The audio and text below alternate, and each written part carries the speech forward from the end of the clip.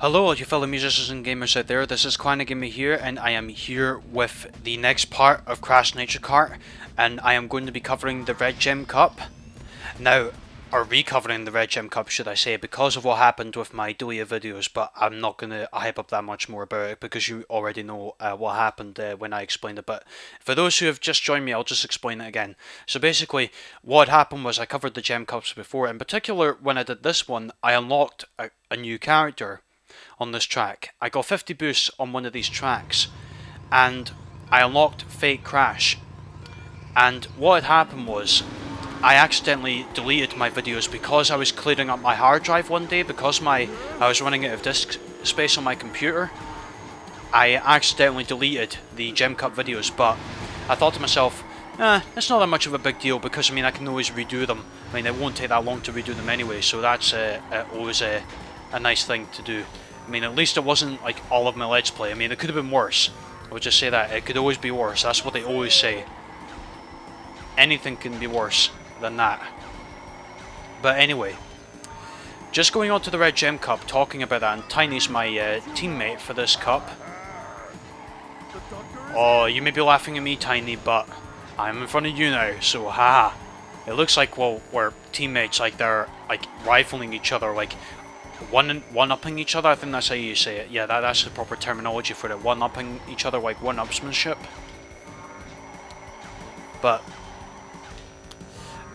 just like when I was talking about in the last part as well for the Green Gem Cup, the similarities are comparing these Crash Nitro Kart tracks to any Crash Team Racing tracks if necessary.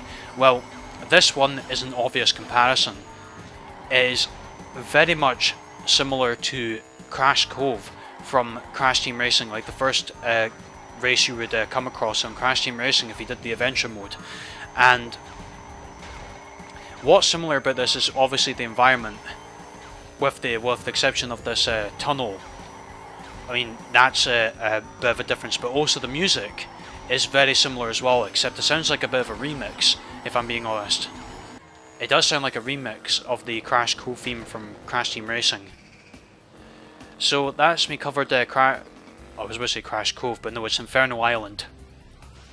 See, now I might end up calling that Crash Cove 2. I've no idea why, but just because it looks really similar. Alright then, now, you may be surprised to hear, you may be asking yourselves, Clarinet, did you get 50 boosts on Meteor Gorge? Because you were so close at one time in your LP when you got 48 boosts. Surprisingly, I did not get 50 boosts. Well, I thought I was going to get 50 boosts, but no, it was on the next track. And you'll see what that is when I'm done with Meteor Gorge. And I quite like that artwork as well. Of a Crash, leaping over the hill there. So this is Meteor Gorge. I like the weather here. It's got the real-time weather effects, like when it's snowing. And what else do I like about this? There's the fact that it's kind of a callback as well to the snow levels in the Crash Bandicoot series as well. That's that's what I also like about this as well. And I think as well what I also like about this track, like when just comparing it to other tracks, the only other track I can say that's sort of familiar to this would probably be Blizzard Bluff in a way.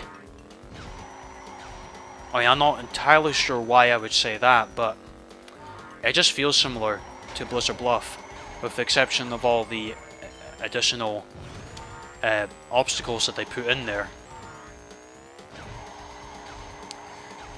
And I'm trying to think what else is new to my channel or anything I'm thinking about doing. Oh yeah, after this, I think I did mention that I was going to be covering another Crash Bandicoot game after this, and it's one that I've been waiting to do for such a long time, and it is none other than Crash Twinsanity.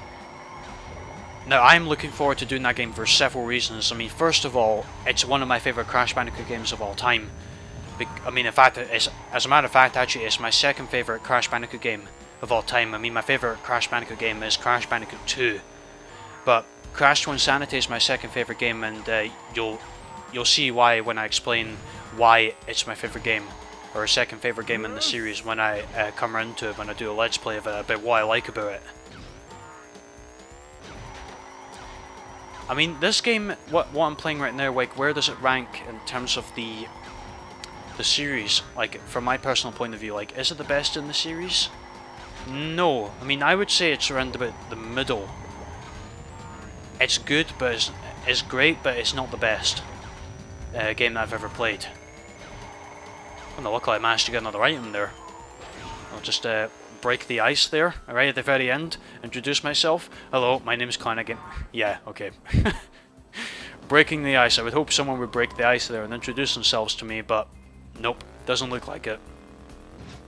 Anyway, so I'm in quite a comfortable lead right now for the Red Gem Cup, so let's move on to the final track, which is none other than Assembly Lane. Now this was a track where I got 50 boosts, and I managed to get Fake Crash as a result of that. And I quite like the artwork here as well, as like Cortex is just trying to get the bandicoots out of his way, and Crunch is just like well he's obviously like fuming at what Cortex is doing. I don't know, for some reason I get a bit confused. I mean, like, as to either he's raging or he's like angry at what Cortex is doing, or either that or he looks like he's raising his fist in support for what Cortex is doing, because I mean, well, Cortex did create him after all. I mean, I don't know. I mean, that may just be me reading facial expressions like wrongly, but oh crap! Okay, that was too much of a steer there, or too much of a drift. Excuse me, too much of a drift. Starting to lose my voice a bit. But yeah, Assembly Lane, I like this track. I mean, it's very similar to two Crash Team Racing tracks. First of all, it's very similar, like at the beginning of this track, it's very similar to Tiny Arena because of the, like, the racing floor is very similar to Tiny Arena because it's like a dirt related, like it's quite sandy and dirty. Like down here, it looks very similar to Tiny Arena from Crash Team Racing, from my point of view. And the technological areas in this one, they are very similar to Engine Labs. That's just my personal point of view. Yeah, there was no way I was going to make that. In my previous attempt when I did this, I actually managed to get that shortcut quite a lot of times. Surprisingly, anyway, I didn't actually think I would make it. Like, I think I managed to get it all 3 times actually. I don't mean to brag or anything, but I think I didn't manage to get... No! Tiny, why did you have to use that magnetic clamp on me? Do you seriously think my head is made of metal that you tried to attach it? It's like, It's like, Cortex's head is made of metal. Let's try and attach this to a magnet clamp and see if it works. Well, it did work. So it must mean everyone's head is made of metal because they're all metal heads.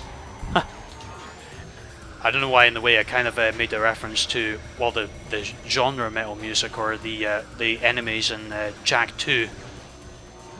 Because there are, I think the enemies were called metalheads, if I remember correctly. I mean, I've played the Jak and Daxter trilogy before. Well, I haven't completed all the games. I've completed the first Jak and Daxter game, and personally, from my point of view, Jak and Daxter, just talking about that briefly, even though I'm playing Crash Nitro Kart right now, I might as well talk about other games.